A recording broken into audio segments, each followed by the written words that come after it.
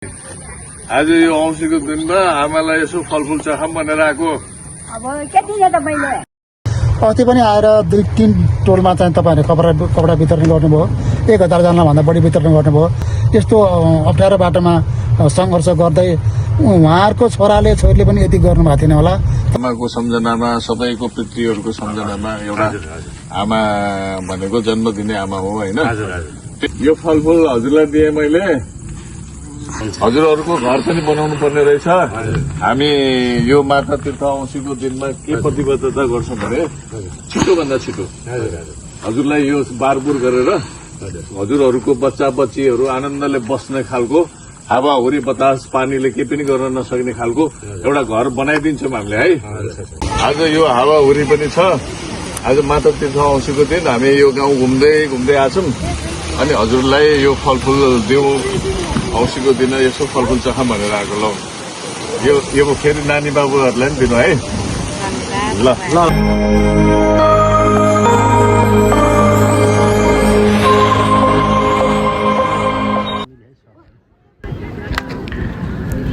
नमस्कार। आज आमाको मुख हेर्ने दिन, माता तीर्थ औँसीको दिन हामीले पवित्र धार्मिक स्थल देवघाटमा गंगा स्नान गरेर स्वर्गीय माता धनकली खरेल र स्वर्गीय माता मैना कुमारीको स्मृतिमा हामीले सम्पूर्ण माताहरूको सम्झना गर्दै फलफुल वितरण कार्यक्रम राखेका छौँ।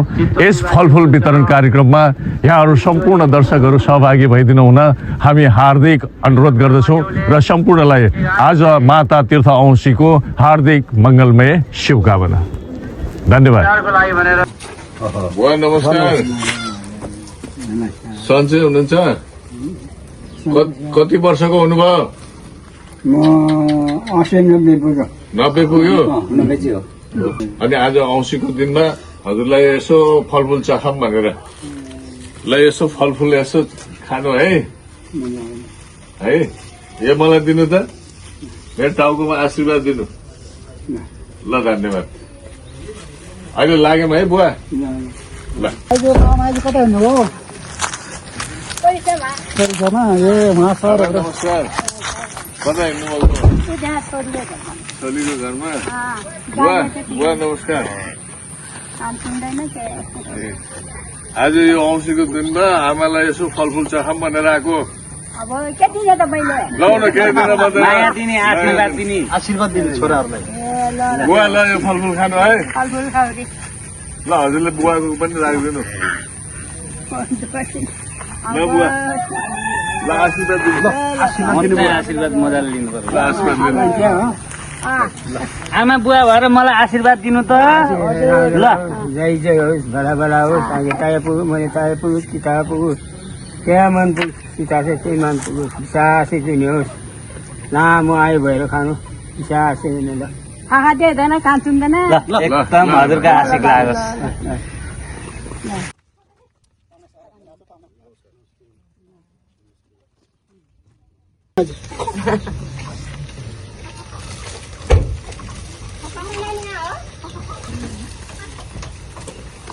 लौ न यो फलफुल खानु है। फलफुल ल्याइदिएको खानु है। ल ल बुवा नमस्कार। सन्चै आरामै हुनुहुन्छ? अहिले आज औँसीको दिनमा यो गाउँभरि हामी वृद्ध आमा बुवाहरूलाई फलफुल वितरण गर्दैछौँ, फलफुल बाँड्दैछौँ। त्यही भएर हजुरको याद आयो, सम्झना आयो अनि यसो फलफुल लिएर आएको। ल मिठो गरी खानुहोस् है त। ल हामी लाग्छौँ अहिले।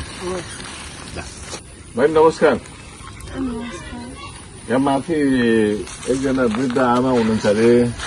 कति वर्षको आमा हुनुहुन्छ? 80 कति? 80 कति? यहाँ अलि माथि रहेछ। अनि हामी धेरै ठाउँमा गाउँमा यो फलफुल बाँड्दै हिँडेका छौँ। अलि माथिसम्म चाहिँ हामी पुग्न सकेनौँ। हामी छोराहरूको चाहिँ नमस्कार भन्नुभएको छ, छोराहरूले भनेर सम्झना सुनाइदिनु अनि आमाको हातमा यो फलफुल दिनु है। आज आमाको मुख हेर्ने दिन। हजुर। अनि आमाको मुख यसो रसिलो बनाऊँ भनेर फलफुल लिएर आएको। लाउनु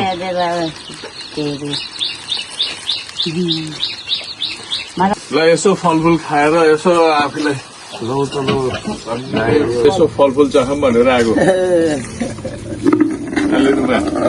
नमस्कार नमस्कार हजुर अहिले आज यो हावाहुरी पनि छ आज माता तीर्थ औँसीको दिन हामी यो गाउँ घुम्दै घुम्दै आछौँ अनि हजुरलाई यो फलफुल दिउँ औँसीको दिन यसो फलफुल चखाम भनेर आएको ल यो फेरि नानी बाबुहरूलाई पनि दिनु है ल अस्ति पनि आएर 2-3 टोलमा चाहिँ तपाईँहरूले कपडा वितरण गर्नुभयो 1000जनाभन्दा बढी वितरण गर्नुभयो यहाँ आएर रात साँझ नभन खाना नखाइकन रात गएर हरेकिसी गरेर बाँड्नुभयो नपुगेर फेरि पछि आएर बाँड्नुभयो अहिले पनि अरू सबै रमाछन् आफ्नो परिवारसँग रमाछन् बयाछन् खाछन् हाइहल्लो गर्नु भएको छ तपाईँहरूले चाहिँ यस्तो पानीमा हुरीबेचमा पनि गरिबको घर दैलोमा पुगेर बुढाबुढीको वृद्धहरूको घर दैलोमा पुगेर यस्तो अप्ठ्यारो बाटोमा सङ्घर्ष गर्दै उहाँहरूको छोराले छोरीले पनि यति गर्नुभएको थिएन होला तर तपाईँहरूले धेरै महान ठुलो काम गर्नुभयो के धेरै कीर्तिमा राख्नुभएको छ अब उहाँहरूलाई हामीले भन्दा पनि भगवान्ले चाहिँ धेरै दया गरौँ र भगवान्ले हेरिदियोस् र यतिको समाजसेवी र योगदान चाहिँ मैले अहिलेसम्म कालीका हाटमा देखेको थिइनँ हामी माता तीर्थ औँसीको दिन देवघाट स्नान गऱ्यौँ नुहाइधुवाइ गऱ्यौँ अनि त्यही भएर यो चाहिँ फलफुलहरू गाउँमा सबैले बाँड्दै हिँडे हाम्रो आमाको सम्झनामा सबैको पितृहरूको सम्झनामा एउटा आमा भनेको जन्म दिने आमा हो होइन त्यही भएर हजुरहरूलाई दिदी आउनु त अलि यता आउनु यो फलफुल हजुरलाई दिएँ मैले